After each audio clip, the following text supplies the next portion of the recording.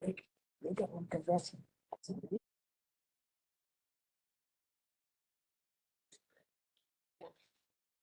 So we'll call to order the Wednesday, September 11th meeting of the CYMPO TAC. We have a roll call, please. Chair Rowland, Here. Vice Chair Hughes. Here. Member McCormick. Here. Member Marbury. Here. Member Reuter. Here. Member Roth. Here. Member Garcia.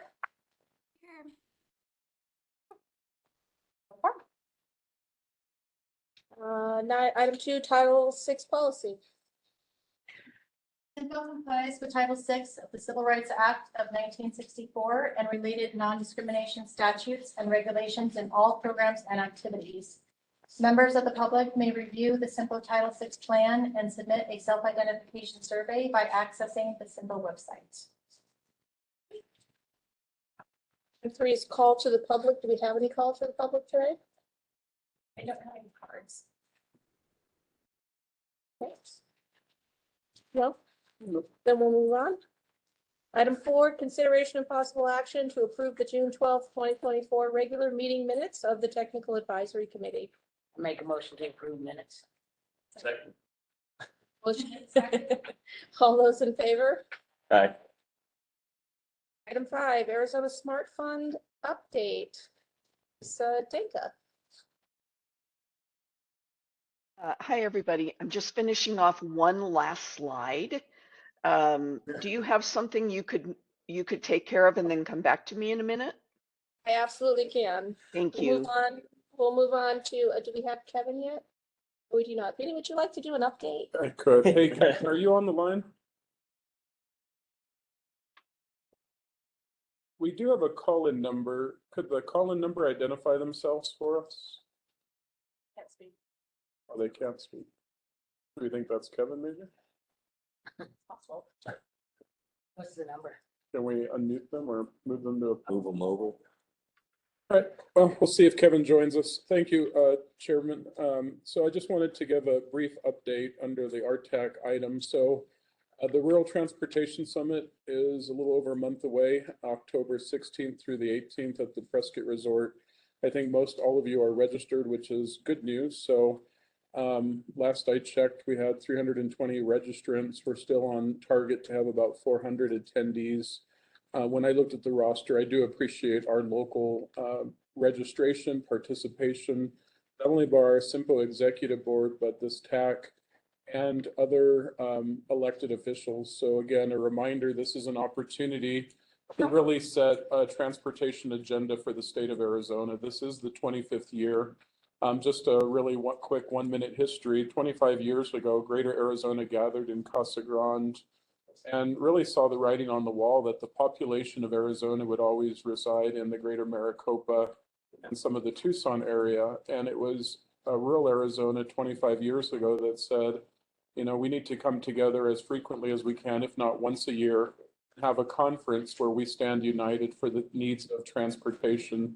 And that's really what this conference is. It is to present and talk with our state legislators, and it's to talk with our local legislators and all of our key staff. So again, your presence is incredibly valuable to set that agenda. We know the last couple of years that we have been successful in getting transportation funds. We were, through the legislature, able to get $9.9 million 2 years ago for Glassford Hill Road. We are returning back this year with an ask of the state legislature that CYMPO would receive about $40 million of one-time funding. This is a part of a bigger package. This is a part of a package that's a little over $400 million for rural Arizona. We know that there's a lot of competition for resources and funds, but we have a great delegation in Representative Wynn and Bliss. Unfortunately, we're losing Senator Bennett, but historically has been a real transportation champion. So why this is relevant to us is at the summit, we'll be talking about priority projects. Our number one is Highway 89 in the town of Chino Valley between 3 and 5 North to see an additional lane in both directions. The request for that's around $14 million. That's on the top of the list. The second project is Highway 89A, the on-ramps going towards Prescott Valley at 89 and 89A. And then the balance of it is for preservation across the region. So that $400 million ask, though, the reason why I'm highlighting it is that's what the rest of rural Arizona is going to be bringing for them at the summit.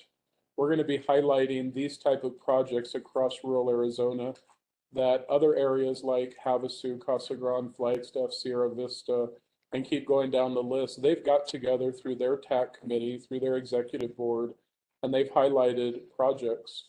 The discussion at the summit, the conference, will be two things. It'll be an agreement that this really isn't the best way to do business, is this one-time funding. The issue is sustainable funding. So we're going to try and tackle both at the same time. We're going to try and tackle that there is one-time needs across Arizona, but we're also going to try and bring up the topic of sustainable funding.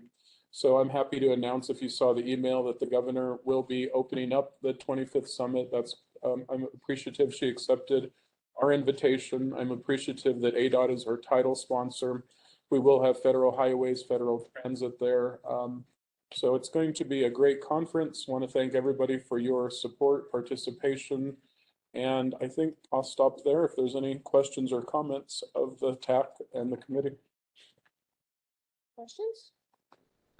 Vinny, do you need anything from us at that conference as far as lobbying for the projects or anything like that? That's a good question. Thank you, Chairman and Member Marbury. So your presence first and foremost, that's absolutely critical.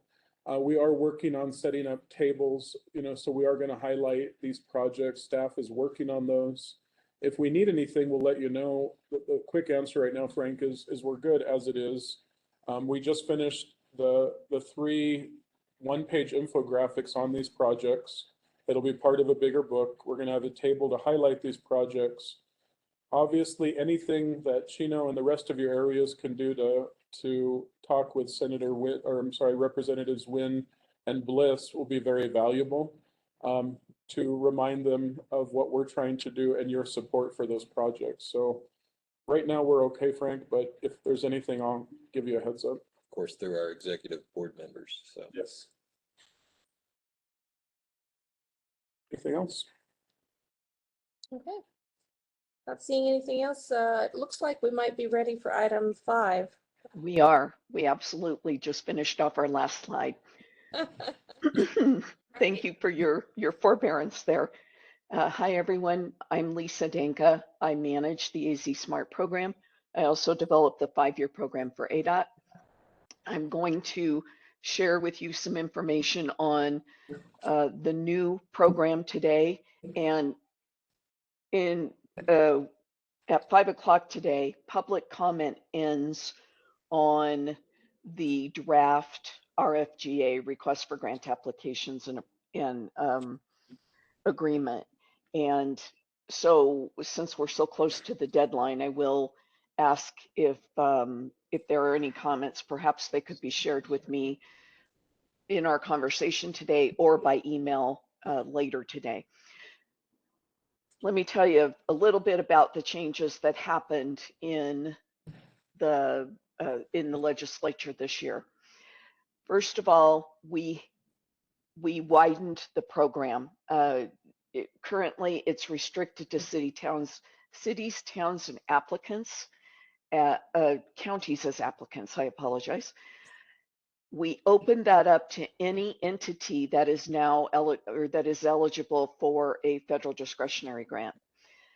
That brought in more eligible applicants, including tribes and some the regional transit authorities, which was always intended, but because of the way the legislation was written, we couldn't legally do it.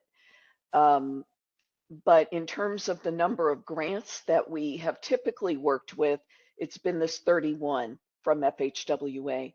Opening it up now, we are also expecting potentially applications for another 20 federal discretionary transit grants, 7 through federal rail, and there are 4 in federal motor carrier. And this is just the ones we've been able to identify so far on the web. So we have many more, 100% more possible grants that we know of. The types of applicants, in addition to the tribes and the other political subdivisions of the state, it pulled in some applicants that are somewhat problematic for this program. You can see this list on the left. It includes lots of things like nonprofits, higher education, federal labs, for-profit organizations. Many of these, they're not political subdivisions. So that created a problem with what we called the gift clause. And this is a Article 9, Section 7 from the Arizona Constitution. And the critical language is highlighted here in terms of the state, city, town, county, cannot give or loan its credit or make donations or grants to individuals, associations, or corporations without justifying it through this 2-pronged gift clause test down here. First of all, the expenditure must be for a public purpose. Generally, that's going to be fairly easy to do in this program because, you know, we're talking about a bridge owned by a city, town, or county, or ADOT, or you know, a public service such as transit, disabled and elderly grants of some sort. They have to be federal discretionary grants, but it's generally in this program going to be fairly simple to meet that first requirement. The second one is the challenging one, and that is we have to demonstrate that the value received by the public is far exceeded by the consideration being paid by the public. So we had proposed a BC ratio. Initially, it applied to everyone. We have decided that we're going to require that of non-governmental applicants only. At this time, we'll see if, you know, that flies. One of them can sue us and say it needs to apply to everybody, but at this point in time, it's going to apply to non-governmental only. Next thing is we remove the word intergovernmental agreement from the legislation, and that makes us subject to what we call the grant statute. It applies to ADOT and the board. It requires certain things. The first of which is a request for grant applications. We have to identify the criteria and factors under which each application would be evaluated. We have to do due dates, anticipated award dates. The applications have to be on the street for at least 6 weeks, and they have to be evaluated by at least 3 qualified individuals. This format is, you know, long-standing. It's been around since '99. So it's used by many other agencies that hand out grants. It works more like a procurement, and if you've had the opportunity to review the document, you will see it looks very much like a procurement. But it will, it incorporates everything. So all of our governance documents now, plus the IGA, or the contract, it's no longer an IGA, but everything's in one document now. And it will allow work to begin more quickly since the applicants will now, instead of going to council or county board for approval of the IGA, the applicants will go up front and get a resolution for approval of the application. And so we don't have to go through the IGA process on the back end. I've got a couple of slides that demonstrate that a little bit better. And here's the first one. So I don't expect you to be able to read all of this. The important information here is that under our current process, it does take, on average, this is a hypothetical project that came in the door and we started, assigning dates to it to figure out how long does it really take us. It takes about 318 days. Most of it is tied up in getting the scope of work clear, and then getting the IGA done. Okay. 218 days from the date the board awards is roughly how long that process takes to get the IGA documented. In the new process, we're estimating 230 days, but it will only be 66 days from the date of board award. Now, why is that important? It's important because more than half of the awards for this program are for design. And one of the statutory changes was that if you are awarded design, you must apply for a federal discretionary grant within 2 years from the date of board award. So getting it down from 66 days from 218, that's critical. Because design takes 12 to 18 months. And if we're eating up, what is that? 7 months, I guess. If we're eating up 7 months of that 24-month window before we ever start design, that's very problematic from the perspective of an applicant being able to submit that federal discretionary grant within that 2-year window.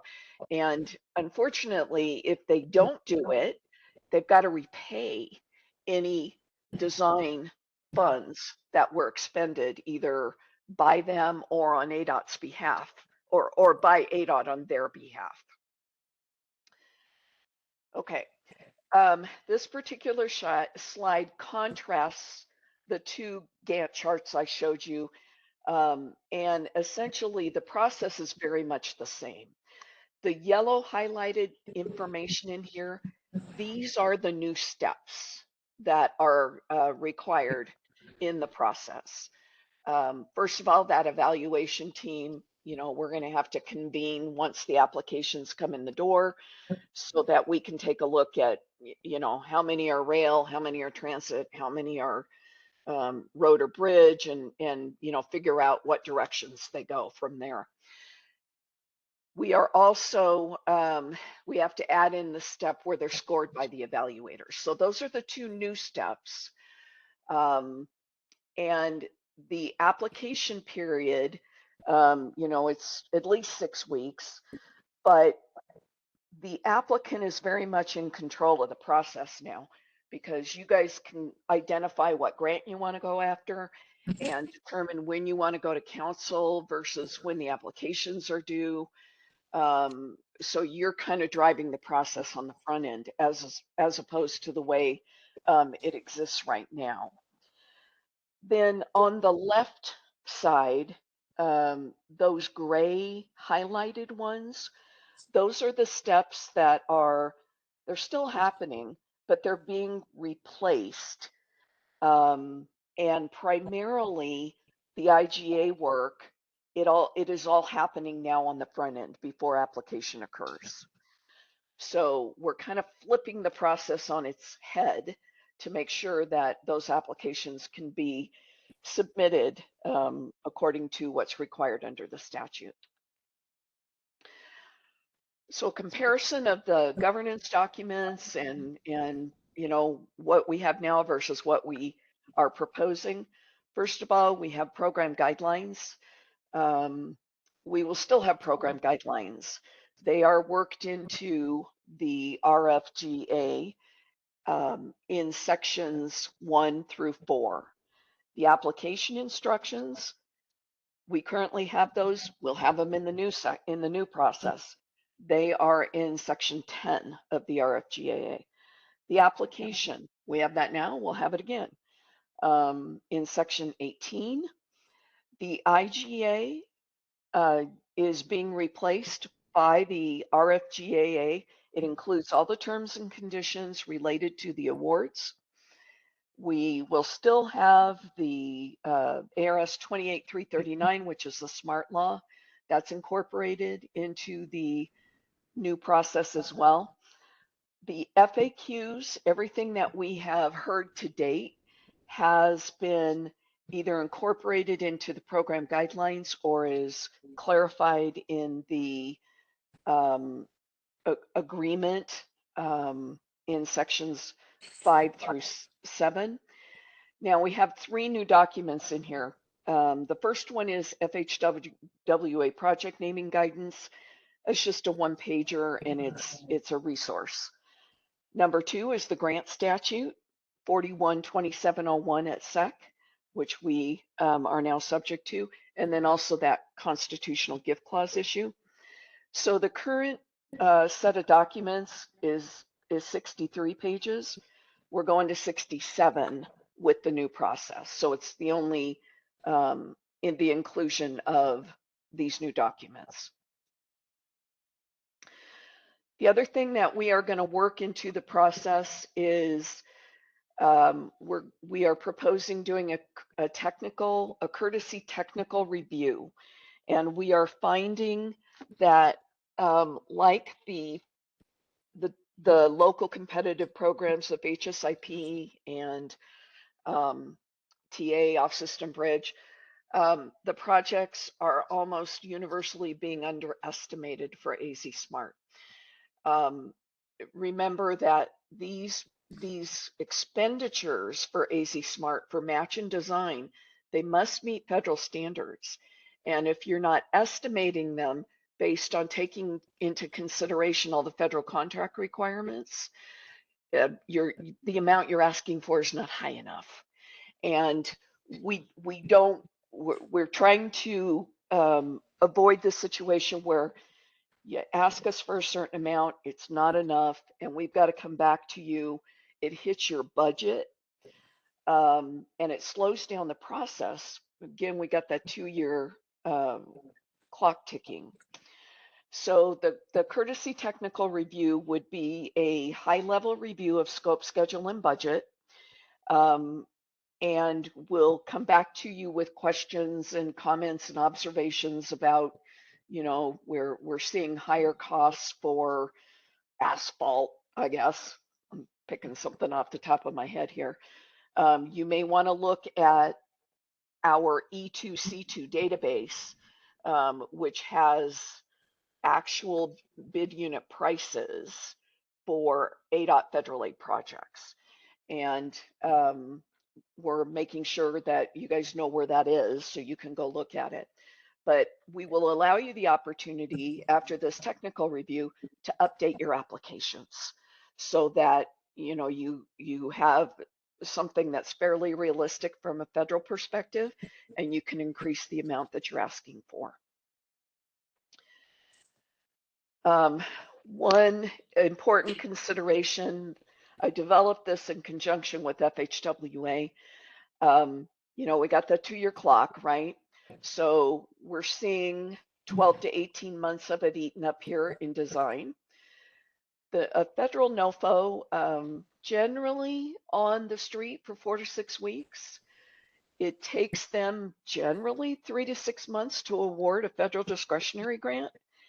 It can take 3 to 12 months just to get the federal grant agreement done. And it's longer apparently if it's construction.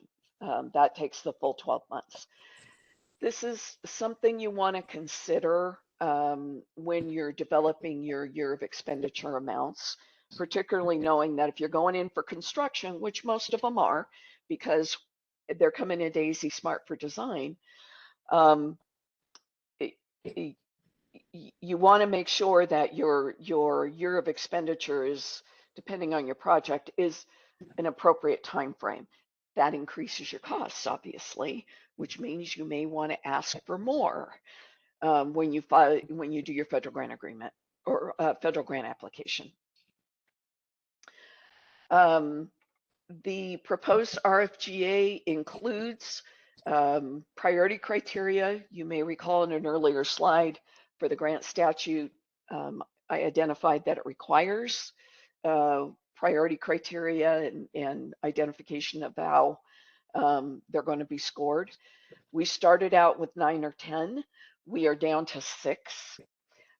They include this national goal, safety goal, in terms of, I have not yet seen an AZ Smart application which could not address a safety goal of somehow.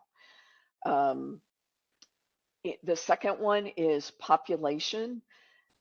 We are providing greater points, or we're proposing greater points for the smaller munis and smaller counties.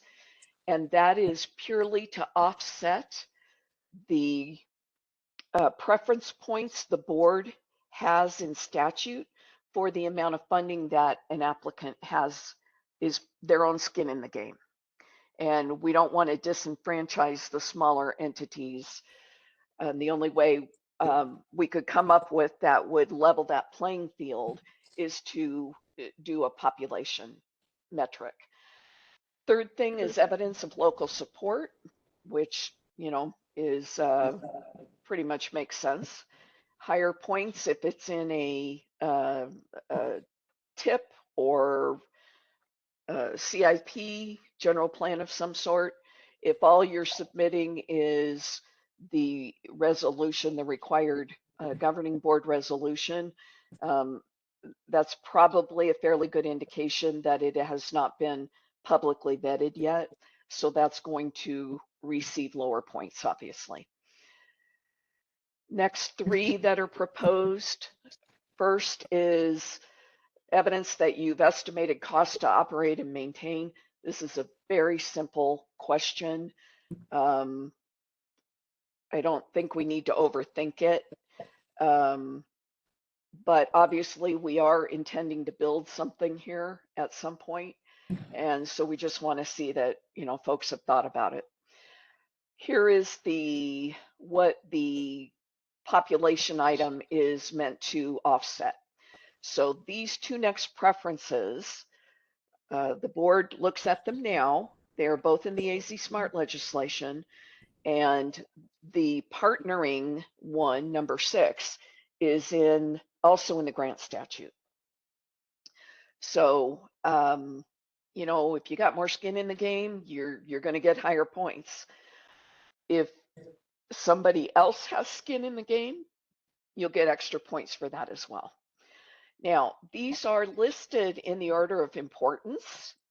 You can see that the, skin in the game items are here at the bottom of the list. I mentioned earlier, we have public comment going on the draft RFGA. The comments are due by 5 o'clock today. If you have any comments you want to email to me by 5, that would be excellent. We will share them all with the board and we will respond to all of them. Quick information, these are kind of a catch-all slide here of questions that I have gotten as I have done this presentation. First of all, the funding category now, it used to say that the money went to cities over 10, cities under 10, counties over 100, counties under 100,000. It's now based on the project location, okay? It's no longer the money goes to cities, towns, and counties. It can go to any entity, as we talked about in my first slide, but it's based on where the project is located. That will dictate the funding category that is used for that application. Number 2, I get asked frequently, we got a congressionally directed spending earmark for this project. Does that fulfill the requirement to apply for a federal discretionary grant? The answer is no. Those are considered 2 different things. A federal discretionary grant, according to the definition in the AZ Smart statute, is awarded by a federal agency, not Congress. Okay. Next, we've had a couple of occasions, and I'm not sure there's much we can do about this. You guys throw a wide net when you're looking for funding. Completely get that. Wouldn't suggest you change a thing. However, if you get both an Easy Smart Award and a legislative appropriation or a congressional earmark or something else, and it involves the same scope of work, then the AZ Smart Award is negated and the board is required by statute to rescind it. Very important point, remember these federal standards.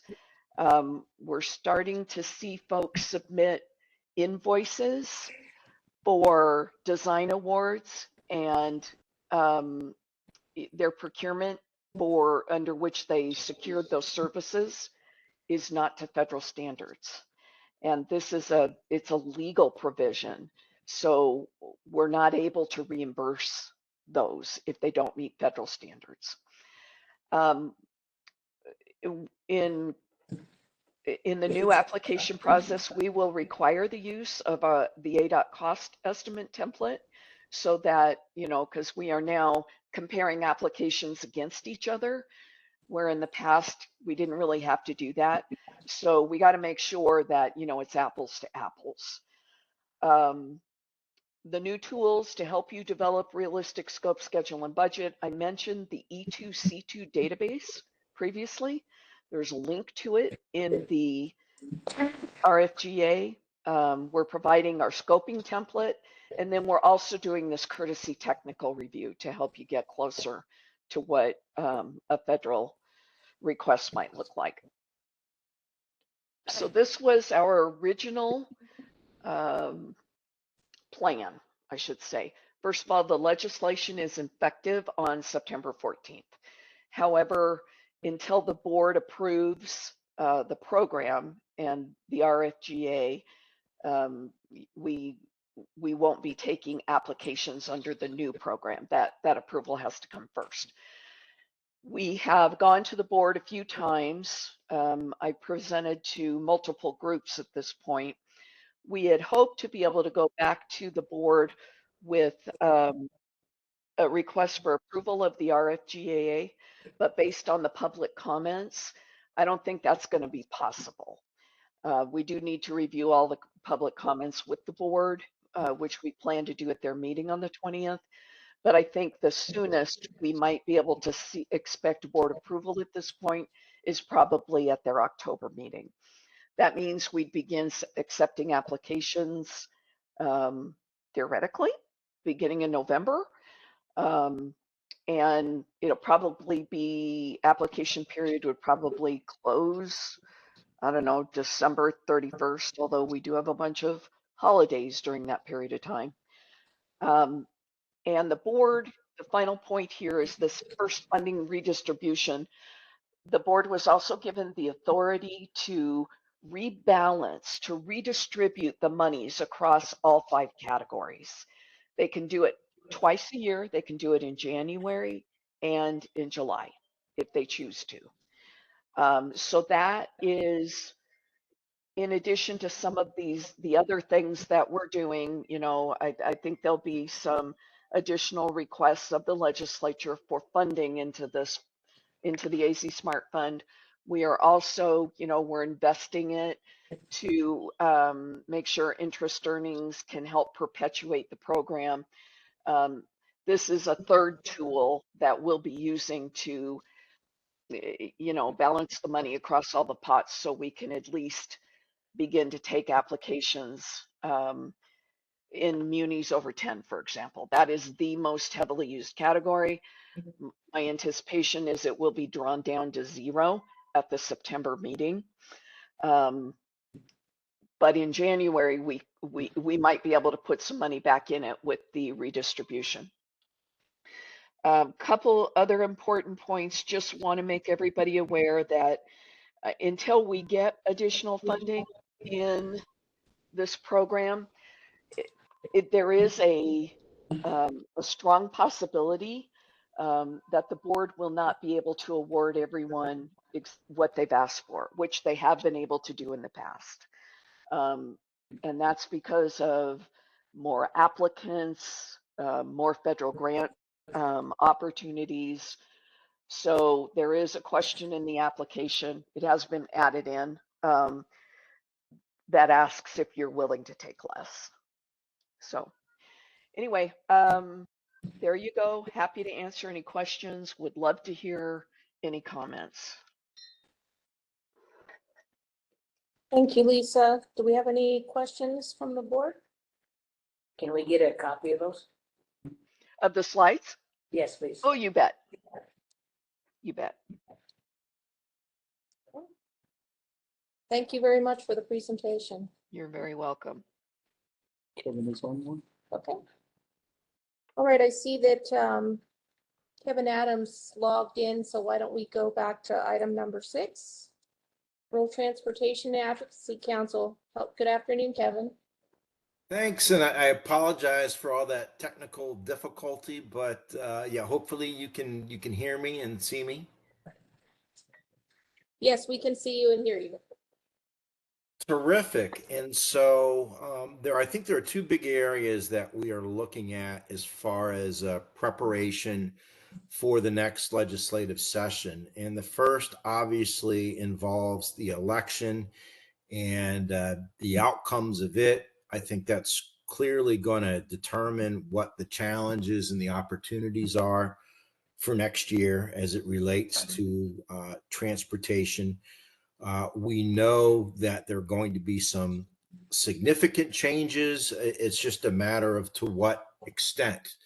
As is the case, every election cycle, all 90 state legislative seats are up for re-election. So that provides a lot of potential for change.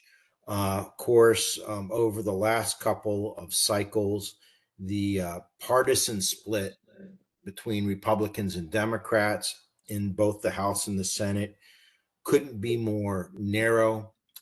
16 to 14 Republicans in the Senate, and it's a 31 to 29 difference in the House. And so it would just be an adjustment of one seat would trigger, which is also kind of interesting, a tie. We're not there's no situation where you could have a tie back in Washington unless there are some vacant seats.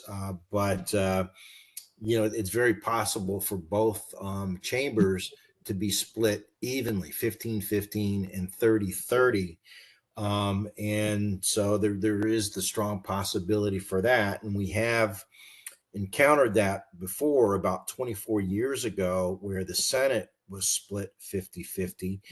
And Republicans and Democrats had to come to an agreement as far as the rules and how they would conduct their business. And they came up with a scenario where a Republican was appointed Senate president, but the committee chairmanships were split in half between the two, with some of the more influential committees, such as appropriations, going to a Democrat.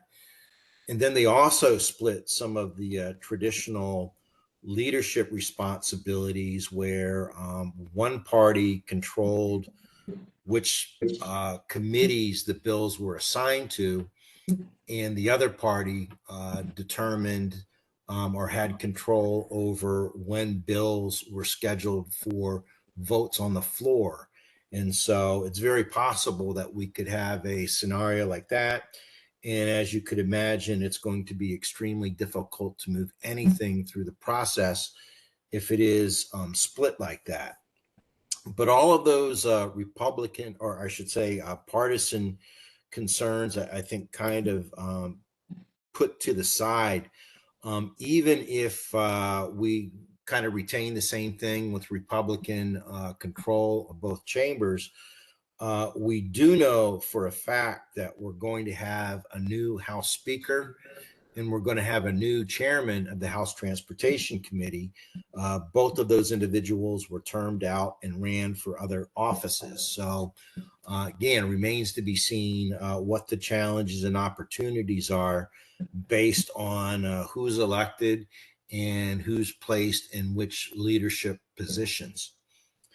The other big area that we're looking at going into next year is the revenue outlook for the state. After some years of very historic high revenue levels, last year was the first in a while where we had a deficit that they needed to address when they passed the state budget back in mid-June. So they knew that they were going to end the previous fiscal year with the fairly substantial deficit. And based on their projections, they had a structural deficit projected for the current year. And both of those needed to be addressed when they passed the budget. So there was about 1.3 billion in adjustments that were made, including about 300 million that had previously been appropriated out of the general fund for transportation projects and activities across the state that they basically took back, and so there were some impacts to transportation. But with that said, since they passed that budget, literally a week after they passed it on June 15th, the May revenue collection numbers came in for the state, and they were, I want to say, about 260 million above what was projected. That's a massive increase. We had a comparable amount come in for the last month of that fiscal year, June. And that was offset a little bit by some increases in expenditures, but the state currently projects that it closed out the past fiscal year with about a 410 million carry forward balance, and we've continued to see some positive gains. The July numbers have already come out 80 million above what was anticipated. So here we are, about 2 months into the current fiscal year, and we're already $500 million above where we were anticipated to be. So that's a lot of the year is left. So, you know, it's hard to gauge where we're going to be at the end. But as of right now, it's real positive as far as where we are with revenues. So rather than potentially taking transportation dollars like they did last year, there's very much the possibility that we could see additional revenues directed to transportation. We will be reintroducing the priority project legislation in the hopes that there will be some revenue available to direct to projects. And then the SMART program is another one that we prioritized. You know, as Lisa indicated, we are dwindling. You know, we're going into the third year of the program, and that balance, which I think is just under 20 million now, if we were to continue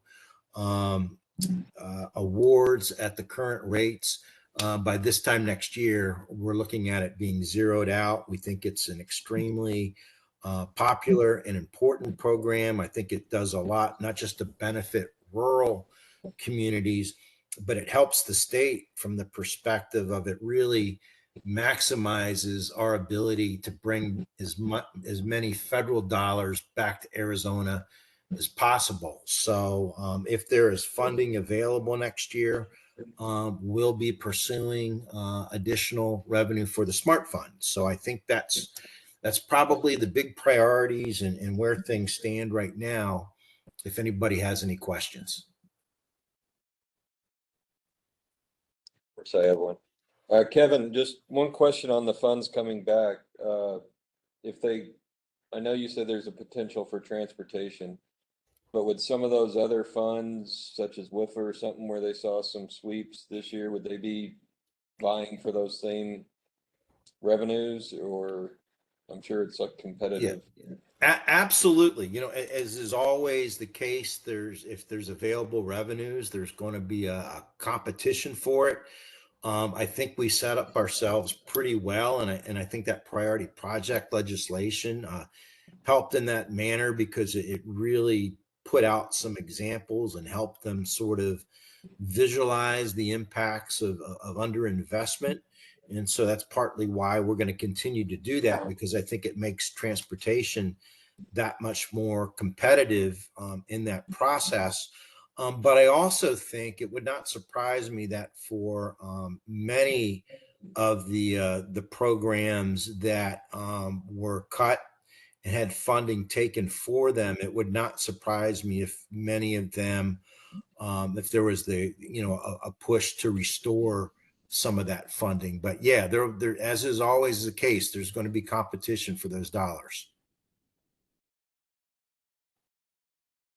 Any questions? Thank you, Kevin. Appreciate the update.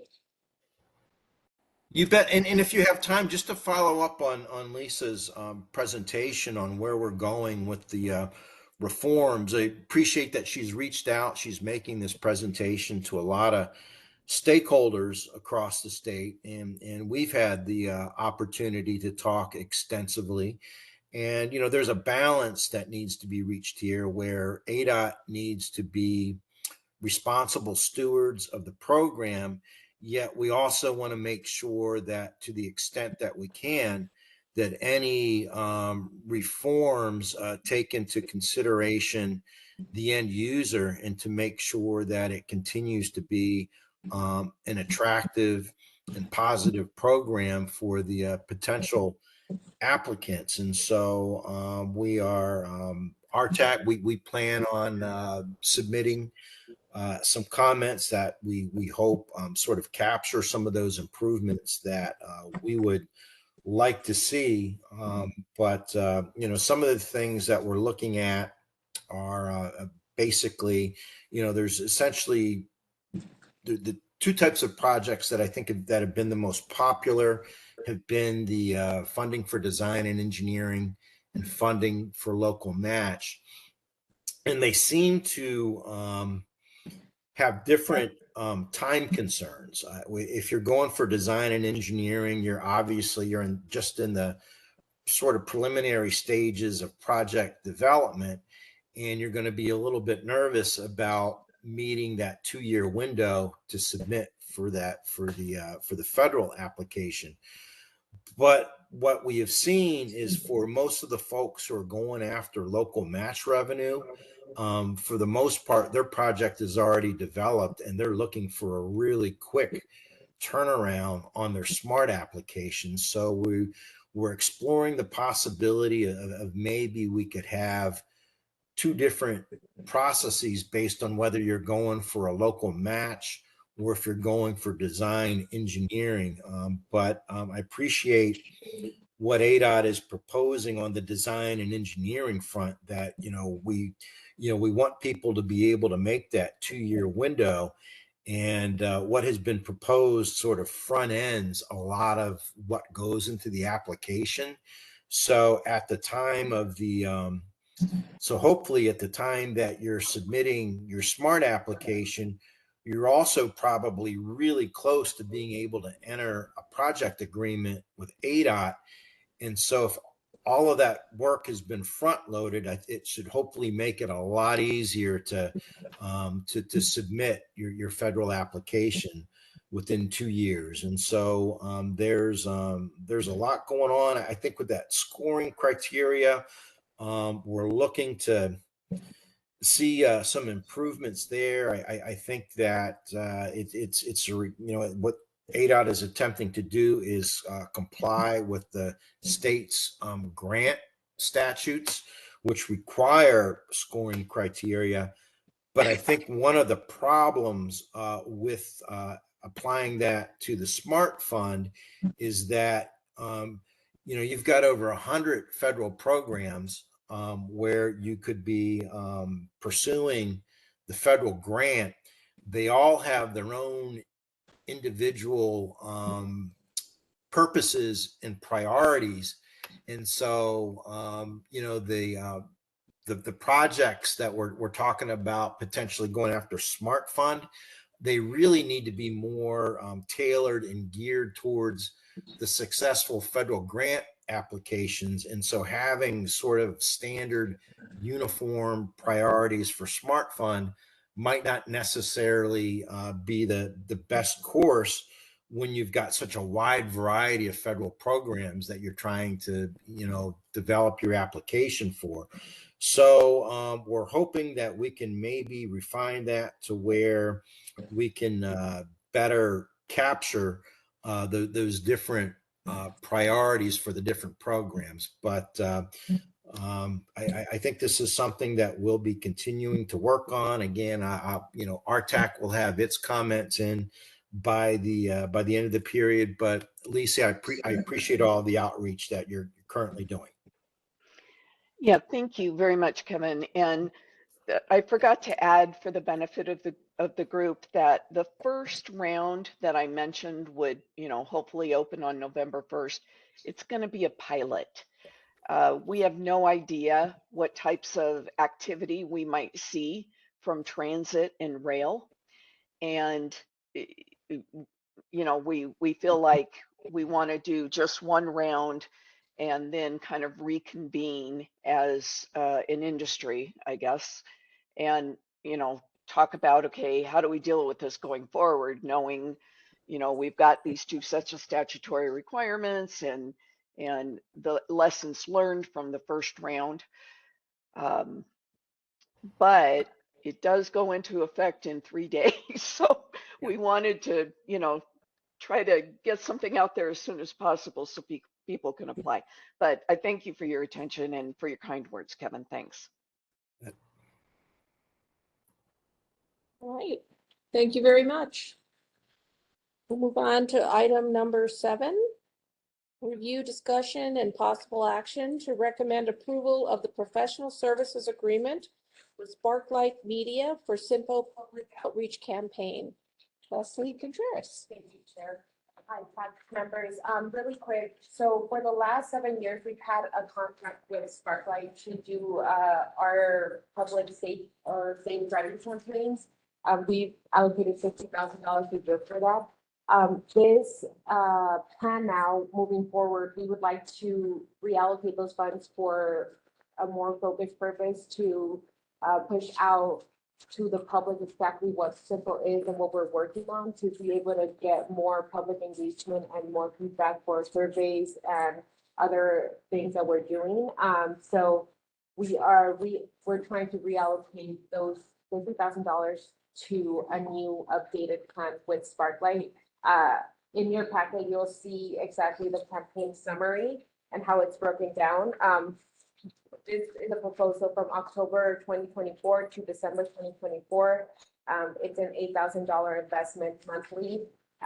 And you'll see there exactly how it's broken down to. We're going to be pushing out more YouTube ads, more social media displays, and digital audio.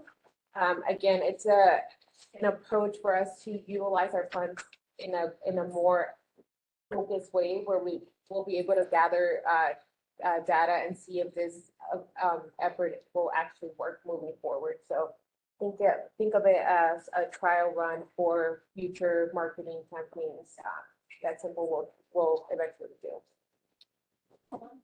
I'd like to make a motion to recommend executive board approval for the professional services agreement with Sparklight Media for CYMPO Public Outreach Campaign as presented.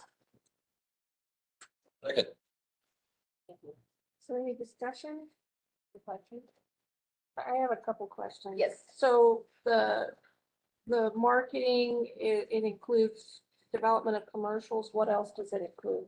So because we have contracts with our, for example, for the RTP, we have our consultants who develop content for us. What we're trying to do is gather what they're developing for us, and Sparklight will act as the output source. So they're going to push out and be the individuals who are using zip codes to target specific areas that we want residents to be more involved in, et cetera. So I'm assuming this is related to our expansion of our boundary. Exactly, yeah. Okay. And actually in your packet, you'll see the zip code that we're actually targeting for the specific plans. So we have 3 audiences, and depending on if it's Highway 69, if it's ACT UP, if it's the regional conservation plan, it depends on that. That's how we'll be targeting it. We'll be for that. Okay, that makes sense.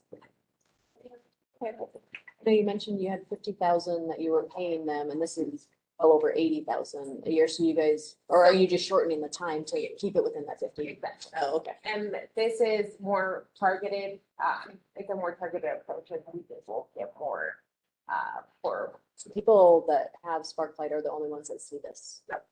So Sparklight is actually, the reason we're going for it with Sparklight is, because they're giving us, free advertising on their Sparklight TV.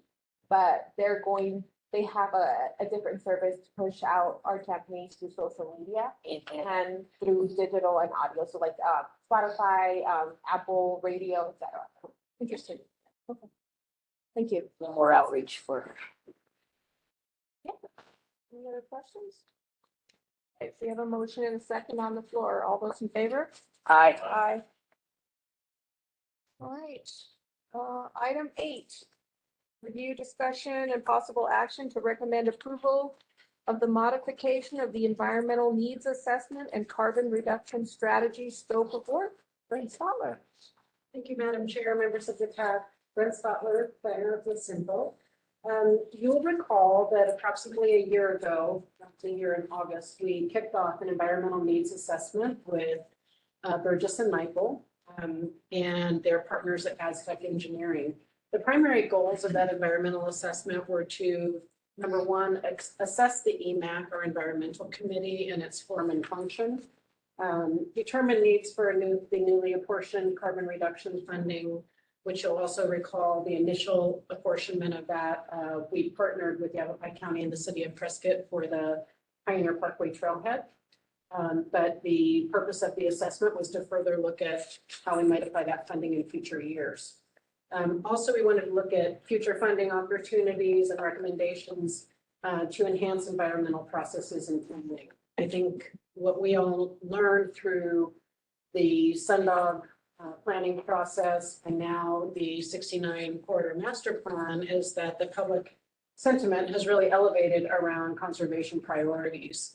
And in light of that, CYMPO is looking at allocating additional resources and staff time to elevate those considerations. So what you've got in your packet is basically an adjustment to our original scope. And what this will include is a couple of meetings that are designed to be public listening sessions. So in other words, the public bringing their priorities to us so that we can really make determinations about where resources and staff time should be allocated to. The scope adjustment includes just $13,240 additional dollars to conduct these additional meetings. We anticipate one would be in the fourth quarter and the other would land somewhere in the first quarter. And it would just continue the process that we've been going through to focus our conservation efforts and further engage the public in the conversation. So what we're looking for from you today is a recommendation to take this to the executive board to consider the scope amendment. And you've got both of those documents in your. So Bryn, you're talking fourth quarter 24? Yes. Yes. Questions? I do have a question, just with the nature of this proposal, you might get some questions from the executive board, I'll just say. Are you prepared to answer maybe some of their pushback on why are we doing this in the first place? That it's a federal requirement and all of that good stuff. Thank you. Remember, we definitely have broached this with the executive board in past meetings. And we don't expect this minor adjustment to the scope to be too implicative. Okay. In that regard, but we're happy to, to dive deeper if the executive board so desires, and we'll definitely bring that presentation to the executive board themselves. Sometimes the word carbon these days is a trigger word, so. We recognize that, and that was actually one of the impetus for this particular assessment, was to help us with that conversation. There are no other questions. I'll entertain a motion. I'd like to make a motion to approve modifying the environmental needs assessment and carbon reduction strategy scope of work as presented. Second it. I have a motion in a second. All those in favor? All right, item 9, regional development updates. Leslie and Michael. Okay. Jesse, did you get that? Okay. Like to get off, Leslie, or did you want me? You should start. So, Madam Chair, the names are in reverse order, but I guess I'll go first. There's a lot going on in transit, a lot of exciting things that are happening that we're really excited about. There you see the dashboard of the completed rides through, I guess, the end of last week. Just over Andy. 56,000. Andy, grab that speaker and put it over by Mike so people can hear him. There you go. Thank you, sir.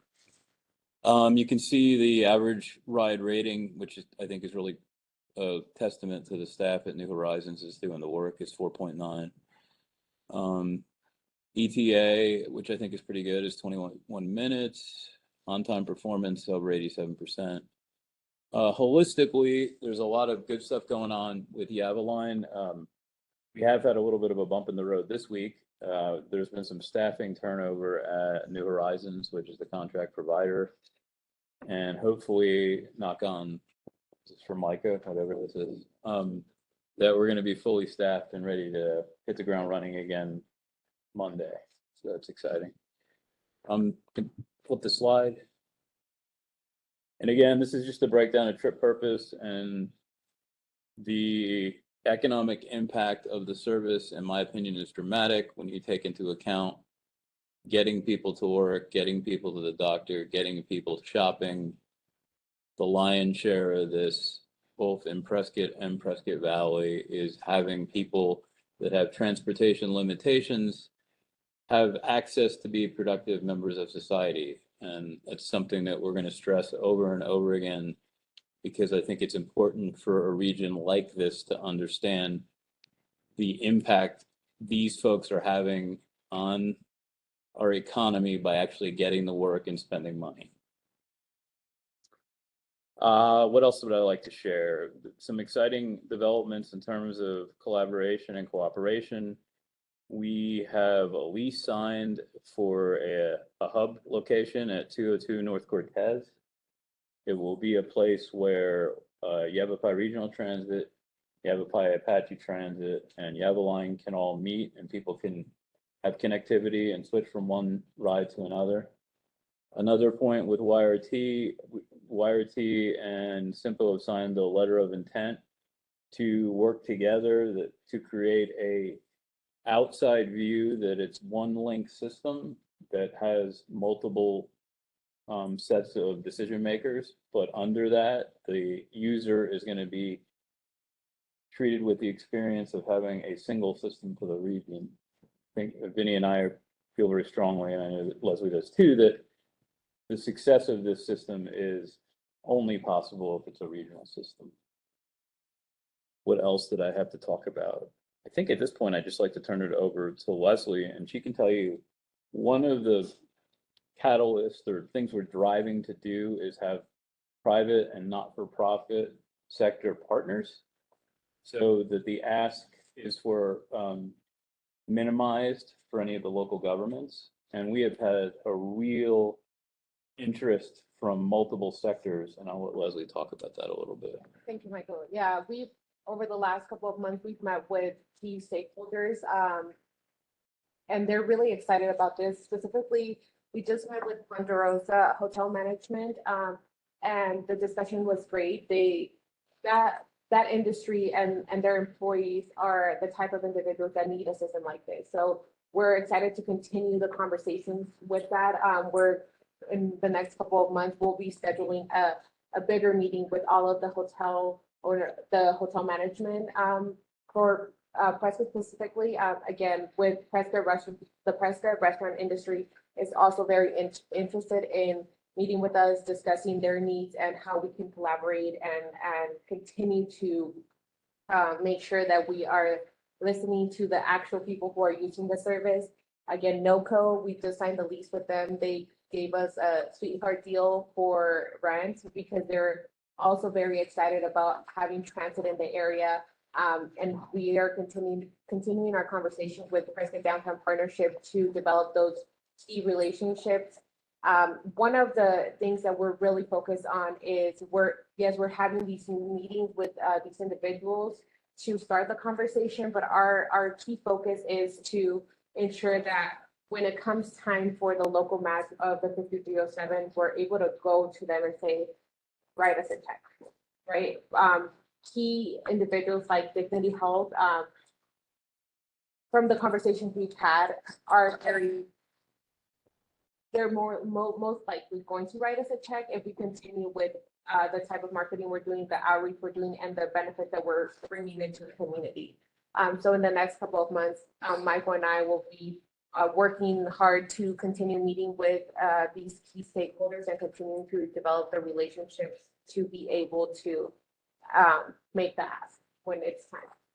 You guys reaching out to people in Prescott Valley as well? So, and I know it's super Prescott heavy, yes, and that's when I was writing it down, yes, so we actually will be doing that. I've had conversations with Plain Signature Group, but our focus will be regional, of course, and we have more data for Prescott Valley, and we know that it's a needed service over there.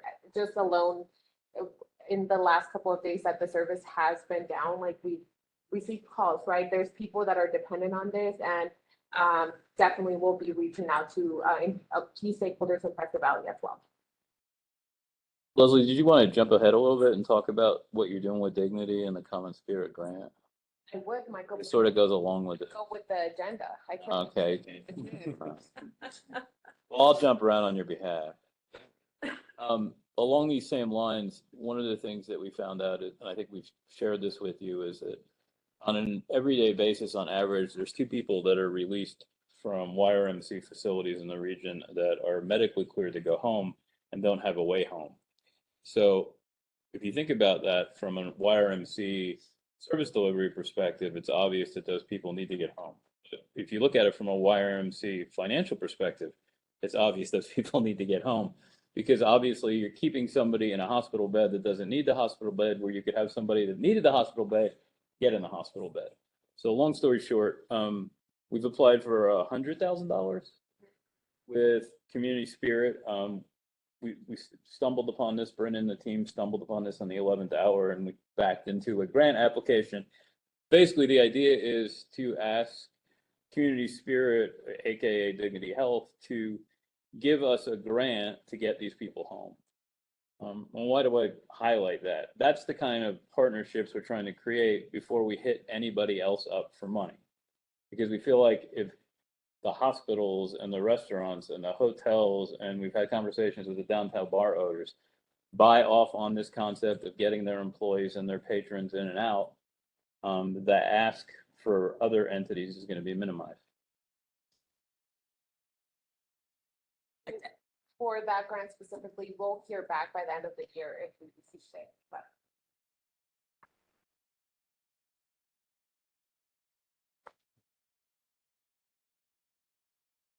we kind of jumped all over the place. I'm sorry. No, you know, it's a agenda liberties. So I'll jump in there now. So the Safe Streets for All, SS4A Downtown Prescott Safe and Smart Streets Initiative. So we're currently updating our 25-year transportation plan. In the last long-range transportation plan that went years 20 to 2045, one of the major recommendations in that plan was for the region was to support the city of Prescott in helping to appreciate and understand the regional value of the downtown Prescott area for a lot of reasons. For it can be one of the main tourism places, it can be one of the main employment places. So it's a unique blend of, yes, it's located within a municipality, but it serves the entire region.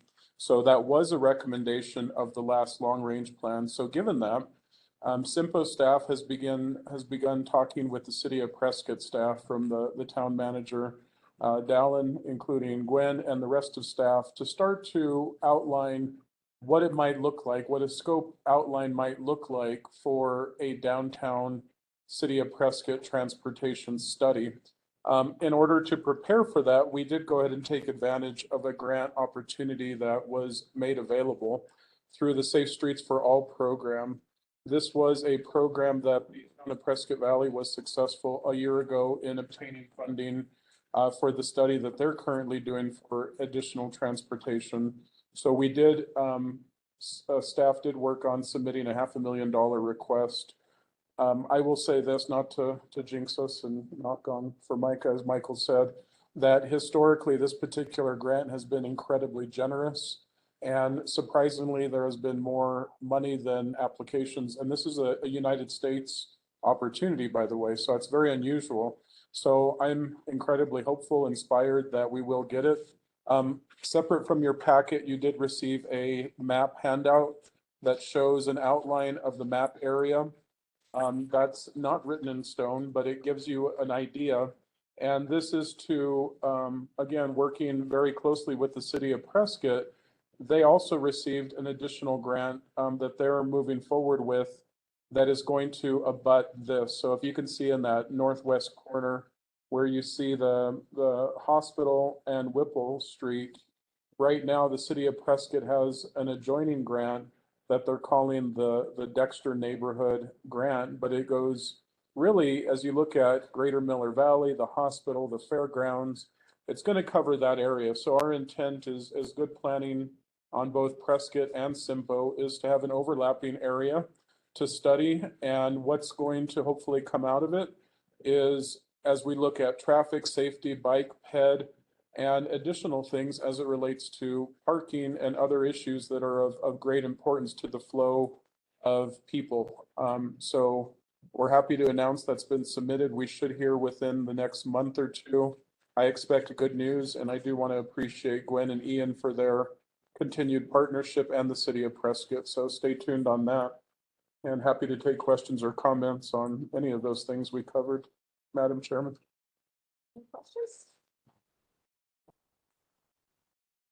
Then we'll move on to planning project updates in whatever order it works for all of you. So flexible, Gwen. Thank you, Madam Chair. I'll jump in. Before I do that, I just wanted to make a quick announcement and inform the group that today is Executive Director Gallegos' birthday, and we have treats from Pangea Bakery that we would like you all to partake in after the meeting concludes. So please join us. Happy birthday to me. Thank you, thank you, thank you. Here's another one. Okay, a couple of quick planning project updates. Denny just teased the RTP that, as you know, is the general plan of transportation for our region. We have branded the plan Move 2050. The web page, the landing page, and virtual plan room are under construction, expected to go live next week. The plan literally informs every single initiative that CYMPO is involved in. It is the most important planning process that we oversee, and we do it every 5 years by federal mandate. We have kicked that off. The technical team at Kimley Horn, it has just dropped an initial draft of an existing conditions paper and a socioeconomic analysis. So a lot of these things are the preliminary things that happen when we kick this plan off. There's a lot of data crunching. There's a lot of development update that has to be fed into the machine before we get some meaningful output. So please stay tuned. We are a little bit slower in getting this one to the public engagement phase. You'll see that later in the fourth quarter.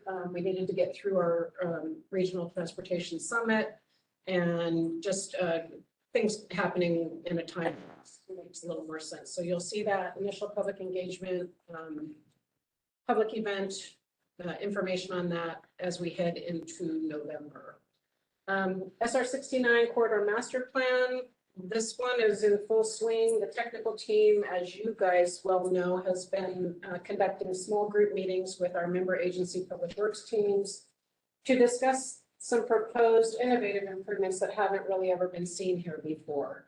Currently, there are some questions about those, the functionality of those types of improvements. And so the technical team is returning to data gathering to hopefully find some additional substantive data that supports the implementation of these types of innovations. And I guess one of them I'll throw out, just the colloquial name, is a Michigan left turn. You may be familiar with the intersection of Ina and Oracle in the Tucson area, and they actually have one of those types of left turns in the eastbound travel lanes. So we will be talking more with the technical team, and they will be circling back to folks, to the public works teams that have specific questions. And we'll see some further analysis on whether these innovative improvements should be further introduced to the public and to, of course, to the executive board. Finally, ACTA. We are well underway with ACTA. Our Active Community Advisory Committee members met last week for the first time. They will be meeting a couple of more times through the process, and the initial meeting included a tabletop planning exercise to really help the consultant team from Kittleson hone in on where the active community priorities are. So we'll be continuing to work with the ACAC. We had great representation by all the invitees. I want to extend thanks to our jurisdictions, our member agencies, and just those folks who showed up, who their time is so valuable and they're so involved in these types of initiatives. So we really had all the right people at the table. We were so pleased with that turnout. Please prioritize these meetings in the future so your jurisdiction receives the attention it deserves and the output of this plan. We want to make sure that everyone's priorities are represented. And while we understand that our member agencies have great diversity in bicycle and pedestrian improvements, and some of them don't have any at all, there is something in this plan for everyone. It's not just about bicycle and pedestrian, it's about transportation choices, it's about access to recreational amenities, it's about increasing access to transit connections, and just getting people around and having more ways to do that. So please join us for the remainder of that plan. And with that, I will flip it to Amanda Hart, unless anybody has any questions on my updates.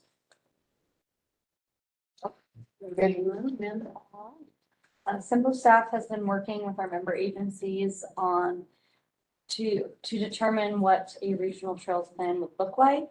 And we plan to bring this to the public for greater input in a couple months. And that is all right. Let's move on to the updates.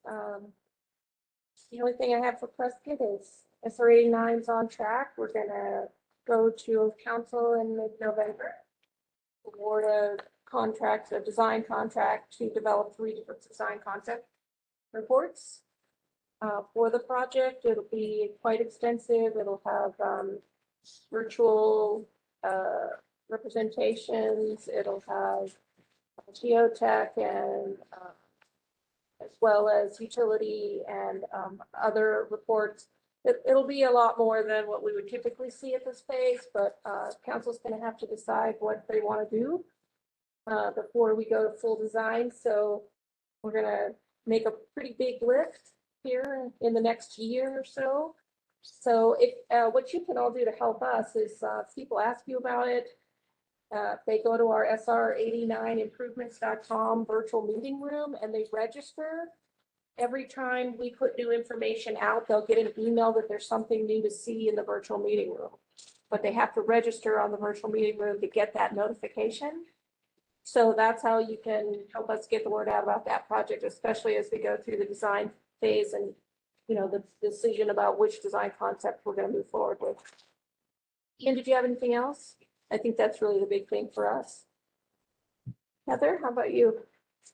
We have a few things in the hopper. Glassford Hill expansion between Panther Path and 89A. We received 90% plans, so we are currently reviewing those. We finished up the utility potholing, and we've started right-of-way and easement acquisitions. So depending on how long those take will really dictate when we put the project out to bid. Our goal initially was to start right after the first year. But again, if it's delayed due to right-of-way acquisition, we will hold it. It does not appear that we have any conflicts with utilities, which is yay. So that's good. Our Lasso Loop transportation alternative, it's our multi-use shared use pathway, 24 to 26 mile loop around Prescott Valley. We just received the RFQs and they're under review right now. And we have a meeting actually Friday to discuss that and hopefully select a consultant to move that forward. So that's underway. And then our safety action plan, Vinny mentioned that, our SS4A grant that the town has. We are moving right along. We've held numerous community engagement events to get community feedback. We have our community leaders safety summit next week. Some of you are invited, so if you can attend, that would be wonderful. And we're just looking for new ideas and any areas that you're aware of that we need to make improvements, and hopefully we'll wrap up this plan by January is our goal. That's all I have unless you have questions. I have a question. What about Stone Ridge to Jasper Parkway, whatever you want to call that? Oh, yes. Didn't mean to bring up a sore subject. Oh, yes. Just kind of curious. Actually, I was just out there yesterday. They're bringing in AV, all the way down to 60. There's some challenges at the intersection of, is it County Copper Hill. Upper Hill. Hill? Okay. I'm assuming John Latier reached out to you all on that. We're trying to figure out some alignment issues, and hopefully we can address those with striping. Okay. But they're hoping to pave by the end of September. I know, because we're pushing for temperature, so I was just curious. Yeah, they're moving right along. Awesome. We're not ready to open it, but I you're ready to open it. Thank you. We've got some local projects. We're finishing up a bunch of them, but we've got one coming up. We're doing a little bit of work on our small section of Outer Loop, the single regionally significant route in Chino Valley that we should have more of than it. We're hoping to do a SAMI with a 2-inch overlay on that, much like the county did on Old Highway 89. So that's going to council on the 24th. Actually piggybacking on Prescott's job order for that one. So we'll see if we can get that in before the weather hits. That should help keep that road. So we'll be looking to ADOT and the county for maybe their review and assistance on especially traffic control, because it'll be a bit of a trick. But if council approves it, we're looking at Cactus doing it, so they're a good reputable firm. So, and then we've got our transportation alternative project, which is some of the Peavine Trail extending south. ADOT has got us going with one of their on-calls, Kimley Horn, and that project's in the scoping phase right now. So kind of unusual for me, but they're taking care of it right now. So moving forward, and just a bit of a administration note, if you have trouble getting a hold of people, let me know. For those that don't know, our town manager, Cindy Blackmore, resigned, and they named an acting town manager, Terry Denemy, for now, and it should be a pretty quick process for them to name a permanent one. But if you have trouble getting through to anybody, just let me know. We'll make it as seamless as we can. So that's about it as far as I can remember. We finished with all of our chip seal projects. ADOT's probably done with our highway there, 169. This week will be finished up. And then we had a little bit of ADOT storm drain repairs, cleanup yesterday and the day before. And we're working with the county on some flood control issues right now.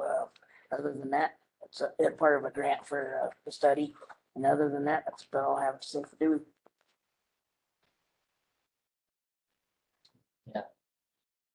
So for the county, I guess a couple things. One, we just finished doing we tend to break our preservation projects into two.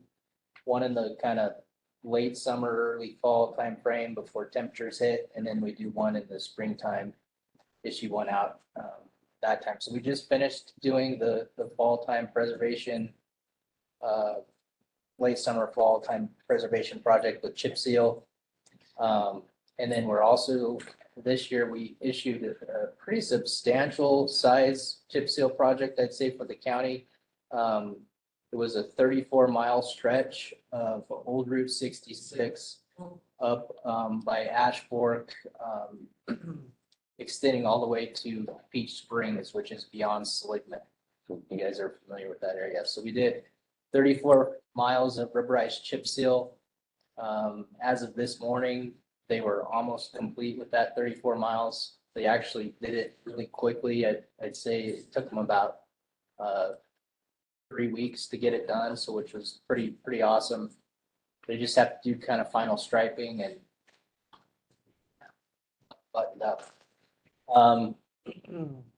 We've also got several projects under design right now. We've got one that is being designed on Williamson Valley Road for phase 4 of our safety improvements on Williamson Valley Road, which will be at the intersection near Singletree and Williamson Valley. We've also just recently been doing some work in the Prescott Country Club area. Yeah, we've been Heather, getting a lot of calls calls. about that. I said, it's the county. Yeah. Doing some Here's another- overlaying work in there, in the Prescott Country Club, which is the main access kind of going into the country club just beyond the Maverick. We're replacing the asphalt going up to the golf course up Prescott Country Club Drive. And then also turquoise is getting there. So they're working on the country club boulevard one right now, and then they'll move to the turquoise after that. We're still working on our highway safety improvement projects that we have going on. You know, we have the two on Iron Springs Road, which are the passing lanes. And then we have also one on Williamson Valley Road at the intersection of Stasinski. Those are progressing through. All three of those are right around the stage 3 submittal. So we just finished doing the 60% design plan reviews, and we will be moving towards stage 4, which is 95% plans, and then also finishing kind of up. There will be some right-of-way acquisition as part of that for the passing lanes projects on Iron Springs. Stasinski will not have right-of-way involved with that, so that one will probably, I think, take off a little bit faster than the Iron Springs ones. Just as a kind of a maybe helping get the word out and supporting, the county is also looking at in November doing similar to like what the towns and cities do around here, like the home rule where you have to reissue your budgets every now and then. So the county has a similar thing going forward. That's going to be Proposition 479.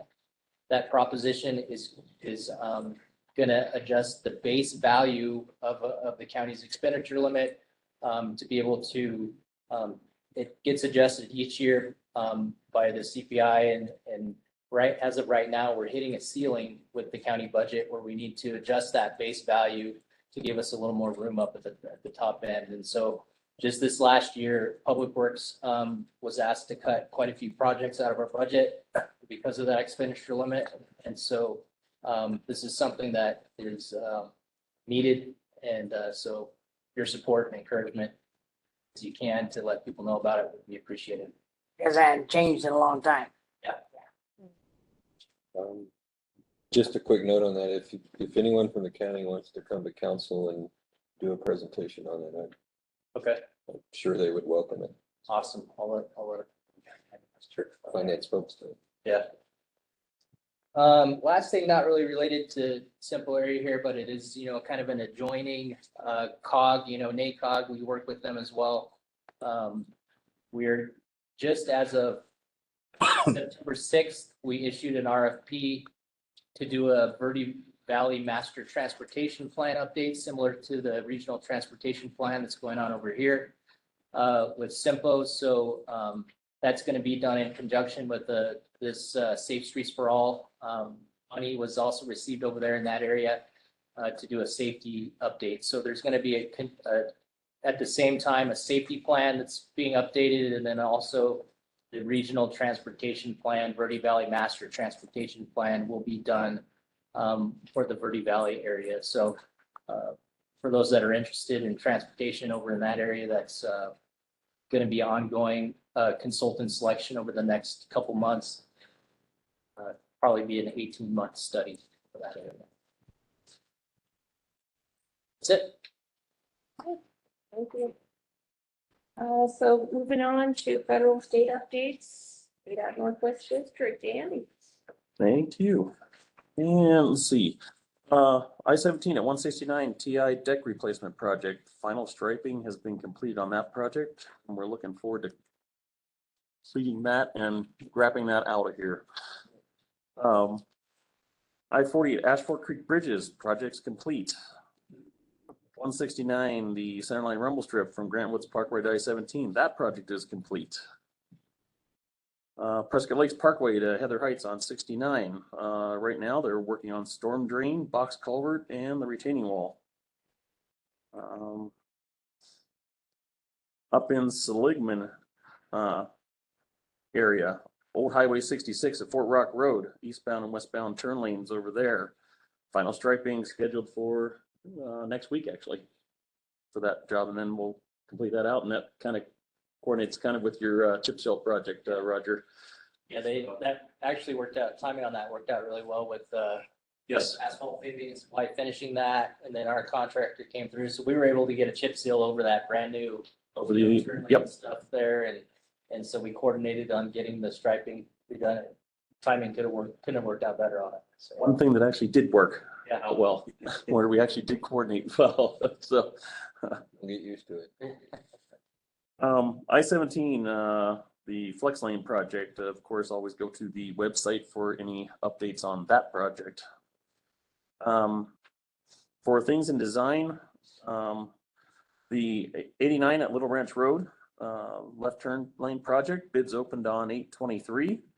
Our apparent low bidder is Asphalt Paving Supply at 1.1 million, a little over that. And we're anticipating award at the September 20th board meeting for that project. On SR 89, the milepost 331 to 335, centerline edgeline rumble strip project. Bids opened on that one on 8/23. Our apparent low bidder and sole bidder was Hawk Contracting at 384,000. That one is 31.5% over the department estimate. We have not heard what our contracts and specs division is recommending for that one yet. So more to come on that one. That may be rejected. We'll see. Question on that one, was there a reason why there's only one bidder, or is that the norm now? For the centerline and edgeline rubble strip jobs, there is only a few firms out there that do that work, and sometimes it conflicts with like with PMI, who are doing the striping because their crews are busy. They can't do rumble strips, so it's a toss up on those on whether we get a one bidder or more on these projects. Who did that last project? Hawk Contracting. So Hawk did the one on 169. They also did the one on 89 up to Ash Fork as well. Pretty fast. So they do good work, and they do it fast. So yeah. SR89 A spur, Fane Road, Robert Road to Lynx Creek Bridge, AC spot repair and microsurface. The bid opening was pushed now till October 18th. So we won't, so if the bids come in on that one, responsive, we're probably looking at next year before we start that work. We won't not have temperatures over the winter to do that project. 89 at 89A TI on-ramp project, still working on the stage 4 95% design, and just anticipating basically completing that design and kind of shelving it till funding works out on that. On 69 at 169 roundabout, the stage 4 95% submittal came in under review right now with comments due by September 16th, and hopefully bid advertise in October on that. I-17 Sunset Point to I-40. This is a ITS project for wrong way detection, cameras, DMS boards, and road weather information systems. Most of this project will actually be administered by our North Central District out of Flag, because most of it is in their district. But we do have a few things on ours down at Corus Junction, and that for the ramps down there. That one is expected to go to advertisement here second quarter of fiscal year 25 69 Lee Boulevard to Walker Road, the third lane extension in the raised median. Anticipating bid advertisement in third quarter of fiscal year 25.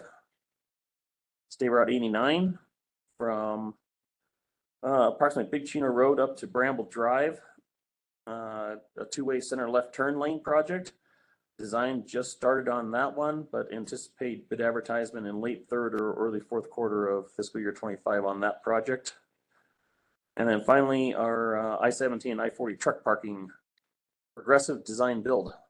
They're still doing some design work on that. I think they've started some work up in the Holbrook district on their rest areas for some of the truck parking, but ours at Sunset Point still under design. And that's all I have, Chair. That's all that. Can I add on to Andy's? Yeah. So I sent Desi a thing. I don't know. Did you get it yet? Linda? So I just want to highlight, and we'll bring this back for the next meeting. So the process that ADOT does, the P2P process, is how they identify priority projects in each of their area. And we just had a meeting just recently about the top 10 projects in the area. And I wanted to briefly just give a couple highlights because it is really good news for our area that a number of projects, and the Northwest District covers a pretty big area, obviously our area, but going up to the greater Kingman area. So to look at the list and see a couple of highlights that I want to throw out there when you look at expansion on the top 10 list, Highway 169 widening is identified on there.